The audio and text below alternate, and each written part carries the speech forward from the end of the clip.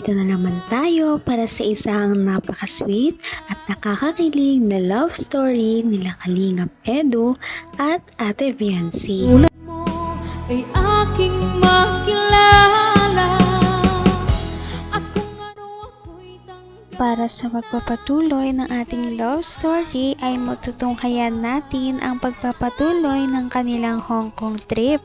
Sa kanilang pagpunta sa Hong Kong ay napakarami nga ang dumumog sa kanila na fans sa airport at yan ay makikita ninyo sa ating nakaraang video. Ngayon naman ay pumunta muna sila sa mapag-i-stayan nila habang nandoon sila sa Hong Kong. Napakarami nga din talaga nila. Panigurado na maraming mabubuong memories ang EDSI Love Team sa pagdaan ng mga araw na nandito sila sa Hong Kong.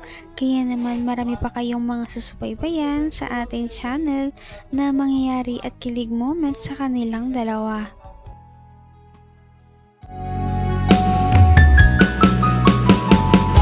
Ang nais ko lang Ay, di parte pagkain? Yes, parating na. Tama, tanghalian pa lang. Kasi ano pa lang 11:30. Parating Dumating yun, po ng kami Team dito. EDSI, Team Buga. Team Buga. Buga. Team EDSI, Team Buga. Si Timbo. Thank you po. Thank you. So, yun po. Para Bibili ako ng makita nyo rin po yung tutuloy namin. Ate, gaganin na ate. Ate, ate, sarap niya. Kuya Gina, saan siya? Kuya Ed. Yan o, tulog pa. Ang bihira. Kaya ko lang kasi kayo dito makita.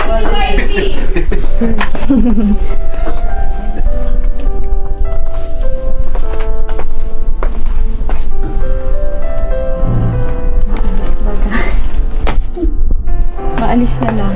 Iiwan ka na. Papaiwan na ako dito. Pambihira ka. Kaya tayo nagpunta dito para mag-enjoy. Hindi para matulog. Kapin, pagod kasi. Hindi ako nakatulog kapin. Grabe, nakita ang likod ko kanina sa airport. Buong biyahe mo kasi nandala. Sakit sa ano. Pambihira. Hindi ah. Tayo na. Saan tayo pupunta?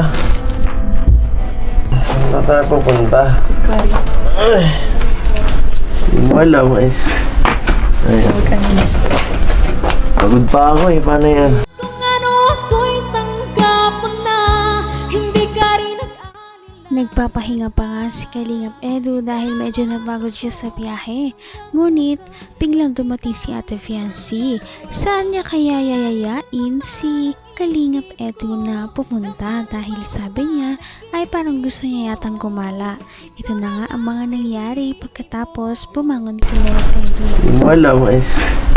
Ay, Huwag ka na. pagod pa ako eh. Paano yan? Gusto mo magkape? Hindi na. Hindi ako mahilig. Ay. Tara na. Sige na. Sige na. Tara na. Alis sa Eds. Ba't ka? Ano? Baka labigin ka dyan. Hindi. Labis yung dala mo. Alam mo, alis sa Eds o. So, ayan mga kalingap. Grabe, na-miss namin dito. Yes. And halos same lang din po yung pag pinag-istayan po namin, same lang po, Causeway Bay. Ayan po.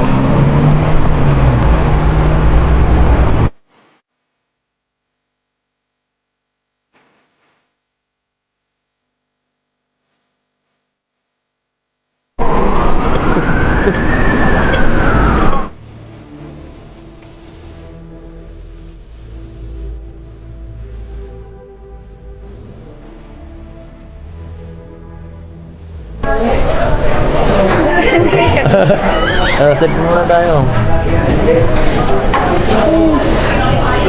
Yan, dito tayo. Dito pala ang una nating ano? Ang una nating destination. naman ang bawat panaginip ko. Ikaw lang ang napakalamig pala ngayon sa Hong Kong, kaya naman sana ay hindi magkasakit ang Kalingap team, lalong-lalo na si Ate Fiancé dahil konti lamang ang kanyang dinalang damit at paninipis pa. Kaya sana ay alagaan din siya ni Kalingap Edu para hindi sila magkasakit. Ito na itong jacket ko. Sa'yo na. Gentleman tayo. Gentleman tayo. Hindi palagi naman. Jacket mo. Hindi ako nakita. Yan. Natikal base po no? Sige, share na lang tayo. Share na lang tayo.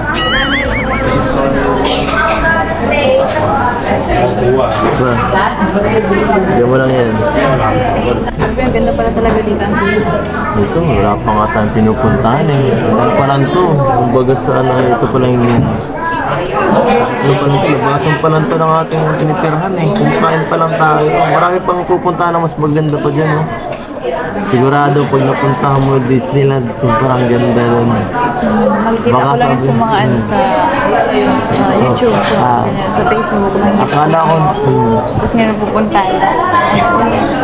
akala ko pambata nung una eh. Pero nung nakapunta ako, sobrang ibang klase. Pangkalahatan pala yun. Sigurado mag-i-enjoy tayo. Anong gusto mong gawin pag nandun ka? Anong mga rides ba? Hindi ko pa alam. Hindi mo alam. Hindi ka pa naman sa rides. Samahan kita. Anong Hanggang wakas ay tayo ng dalawa.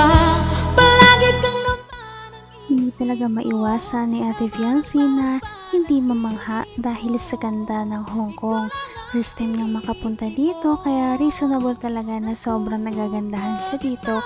At talagang maganda rin naman talaga ang lugar ngayon at pinapangarap ito ng lahat na mapuntahan dahil din sa pinakasikat na Disneyland na nandoon din sa Hong Kong. Hindi mo alam. Hindi ka pa naman sa rides. Samahan kita. Anong gusto mo? Yung mga extreme ba ulit? Ano lang, chill lang. Chill ride lang. Subukan natin lahat. Subukan na lahat. Gusto mo yung roller coaster para bumalo ka dyan, masuka ka. Hindi ko akalain na ano mga kapunta. Kung hindi din dahil kailangan kita Edna. Ako rin eh. Hindi ako makasama. Siyempre ako din. Paras lang naman tayo. Kala ko din ako makakabalik dito. Pero Pero grabe. Maganda nung una eh. Nung unang pagpunta dito maganda na yun. Pero mas maganda ngayon kasi kasama ka. Ano? Hindi ka man lang ba kinilig dyan? Hindi. Pero seryoso, mas maganda talaga pag kasama ka. Para Tama na. enjoy tayo na dalawa, diba? Magkahiwalay tayo dati. Malungkot ng konti. Siyempre, naisip ko rin yung naisip ko rin, hindi ako makapokus dito dati eh. Wala ka nun eh. Kami lang nun. Third wheel lang ako sa Siguradong mag-i-enjoy ang Kalingap team lalong-lalo na si Ate Fiancé at Kalingap Edu sa kanilang pagpunta sa kanilang mga pupuntahan dito sa Hong Kong at pinakainabangan ng lahat ang kanilang pagpunta sa Disneyland dahil ito nga ang pinaka-tour spot doon. Kaya sana ay abangan ninyo ang ating susunod na video dahil yun na ang kanilang paggagala sa Disneyland. Napaka-sweet talaga nila at napakabait ng tambalang ito kaya maraming sumusuporta. Kaya naman sana ipatuloy natin silang suportahan at mahalin si Fiancé, si Kalingap Edu at ang Kalingap team. Yun lamang at maraming salamat sa panonood. Abangan natin kung magkakatuluyan ba talaga si Kalingap Edu at Fiancé. Hanggang sa muli! Bye! ngayon'y abot